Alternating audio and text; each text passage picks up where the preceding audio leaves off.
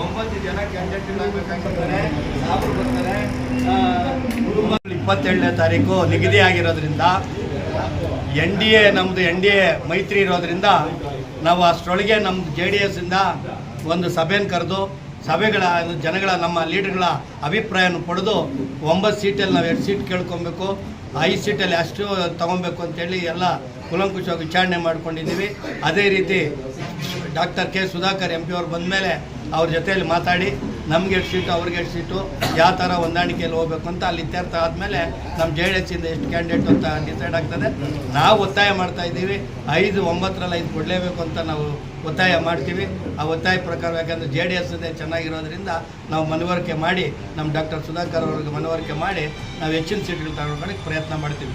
ಅದೇ ರೀತಿ ಈ ತಿಂಗಳು 12ನೇ ತಾರೀಕು ಶನಿವಾರ ನಿಖಿಲ್ ಕುಮಾರಸ್ವಾಮಿ ಅವರ ನೇತೃತ್ವದಲ್ಲಿ ಕೇಂದ್ರ ಮಂತ್ರಿಗಳಾದಂಥ ನಮ್ಮ ಕುಮಾರಸ್ವಾಮಿ ಅವರ ನೇತೃತ್ವದಲ್ಲಿ ನಮ್ಮ ನಾಯಕರಾದಂಥ ಸುರೇಶ್ ಬಾಬು ಅವರು ಮಂಜು ಮುಖಂಡತ್ವದಲ್ಲಿ ಇವು ನಮ್ಮ ಶಿಲ್ಗಡದಿಂದ ನಮ್ಮ ರವಿಕುಮಾರ್ ಅವರ ನೇತೃತ್ವ ಮತ್ತು JK ರೆಡ್ಡಿ ಅವರ ನೇತೃತ್ವದಲ್ಲಿ ಶನಿವಾರ ಫ್ರೀಡಮ್ ಪಾರ್ಕ್ನಲ್ಲಿ ಬೆಲೆ ಏರಿಕೆ, ನೀವು ಕೇಳಿದ್ರಲ್ಲ, ಬೆಲೆ ಏರಿಕೆ ಭ್ರಷ್ಟ ಸರ್ಕಾರದ ವಿರುದ್ಧ, ಕಮಿಷನ್ಗಳ ವಿರುದ್ಧ ಎಲ್ಲದಕ್ಕೂ ಏನು ಅನ್ಯಾಯ ಆಗಿದೆ ಅಂತೇಳಿ ಒಳ್ಳೆ ಶೋಕನ್ನು ನಮ್ಮ ನಿಖಿಲ್ ಕುಮಾರಸ್ವಾಮಿ ಅವರು ಸಾಕಪ್ಪ ಕಾಂಗ್ರೆಸ್ ಸರ್ಕಾರ ಸಾಕಪ್ಪ ಈ ಸರ್ಕಾರ ಅಂತೇಳಿರೋ ಘೋಷಣೆ ಮುಖಾಂತರ ನಾವು ಇಲ್ಲಿಂದ ಒಂದು 500 ಜನ ಹೋಗಬೇಕು ಅಂತ ತೀರ್ಮಾನ ಮಾಡಿದ್ದೀವಿ.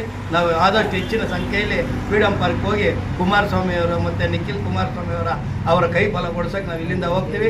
ಕಾಂಗ್ರೆಸ್ ಸರ್ಕಾರ ವಿರುದ್ಧವಾಗಿ ನಮ್ಮ ಜಿಲ್ಲೆಯಿಂದ ಹೆಚ್ಚಿನ ಸಂಖ್ಯೆಯಲ್ಲಿ ಹೋಗಬೇಕು ಅಂತ ಈ ಮಾಧ್ಯಮ ಮುಖಾಂತರ ಕೇಳ್ಕೊತಾ ಇದ್ದೀವಿ. APMC ಚುನಾವಣೆ ಯಾವ ರೀತಿ ಎದುರಿಸೋಕ್ಕೆ ತಂತ್ರಗಾರಿಕೆ ಆಗ್ತಾ ಇದೆ ಸರ್? ಯಾವ ರೀತಿ ಇಲ್ಲ, ಈಗ 12 ಸೀಟ್ ಒಟ್ಟು 9 ಸೀಟ್ ಇದೆ. ನಾವು ಅಲಿಯನ್ಸ್ ಮಾಡ್ಕೊಳ್ತೀವಿ. NDA ಇಂದ ನಾವೆಲ್ಲ ಒಟ್ಟಾಗಿ ಕೆಲಸ ಮಾಡ್ತೀವಿ. ಇಡೀ ತಾಲೂಕಲ್ಲಿ 3600 ಚಿಲ್ಲರೆ ಓಟ್ ಇದೆ. ಆ ಓಟನ್ನ ಎಲ್ಲರನ್ನೂ ಮತದಾರರನ್ನ ಭೇಟಿಯಾಗಿ NDA ಈ ಥರ ಇರೋದ್ರಿಂದ NDA ಸರ್ಕಾರ ಕೇಂದ್ರ ಸರ್ಕಾರದಲ್ಲಿ ಚೆನ್ನಾಗಿ ಮಾಡಿದೆ.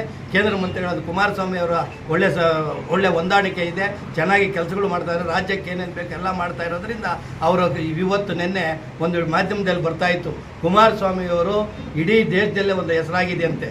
2 ಸಲ ಮುಖ್ಯಮಂತ್ರಿ ಆಗಿ ರೈತರ ಸಾಲ ಮನ್ನಾ ಮಾಡಿದರೆ ಕೇವಲ ದಿನಗಳು ಹಾಕಿದ್ದಾರೆ. ಅಂದರೆ 3 ವರ್ಷದೊಳಗೆ ರೈತರ ಸಾಲ ಮನ್ನಾ ಮಾಡಿರೋ ಈ ದೇಶದಲ್ಲಿ ಯಾರನ್ನಿದ್ದರೆ ಅದು ಕುಮಾರಸ್ವಾಮಿ ಅಂತ ನಾನು ನೋಡಿದೆ.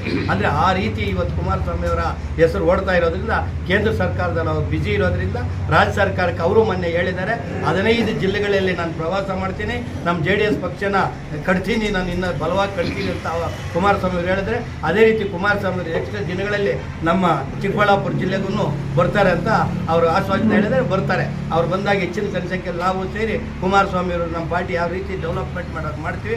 TAPMC ಏನಿದೆ ನಮ್ಮದು ಎಲೆಕ್ಷನ್ನಲ್ಲಿ ಏನಿದೆ 9 ಸೀಟು ಗೆಲ್ಲುವಂಥ ಅವಕಾಶಗಳು, ಹೆಚ್ಚಿನ ಅವಕಾಶಗಳಿದೆ. NDA ಆಗಿರೋದ್ರಿಂದ 9 ಸೀಟುಗಳು ಗೆಲ್ಲೋದು ಮತ್ತು 5 ಸೀಟುಗಳು ಗೆಲ್ಲೋದ್ರಲ್ಲಿ ಯಾವುದೇ ಸಂಶಯ ಇಲ್ಲ ಅಂತ ನನ್ನ ಅಭಿಪ್ರಾಯ. ಚುನಾವಣೆಗೆ ಸ್ಪರ್ಧೆ ಮಾಡುವ ಕುರಿತು JDS ಮುಖಂಡರ ಆಸಕ್ತಿ ಯಾವ ರೀತಿ ಇದೆ ಸರ್? ಎಂಥ ಅಭ್ಯರ್ಥಿಗಳಿಗೆ ಮನೆ ಹಾಕ್ತೀರಿ ಈ ಸಲ ನೀವು? ಯಾರು ಪಾರ್ಟಿಯಲ್ಲಿ ನಿಷ್ಠಾವಂತರಾಗಿದ್ದಾರೋ ಅಂಥವ್ರಿಗೆ ಅವಕಾಶ ಕೊಡ್ತೀವಿ, ಅಂಥವ್ರ ಪರವಾಗಿ ಕ್ಯಾನ್ವಾಸ್ ಮಾಡ್ತೀವಿ, ಗೆಲ್ಲಿಸ್ತೀವಿ. ಅದನ್ನೇ ನಿಮ್ಗೆ ಹೇಳಿದ್ದು.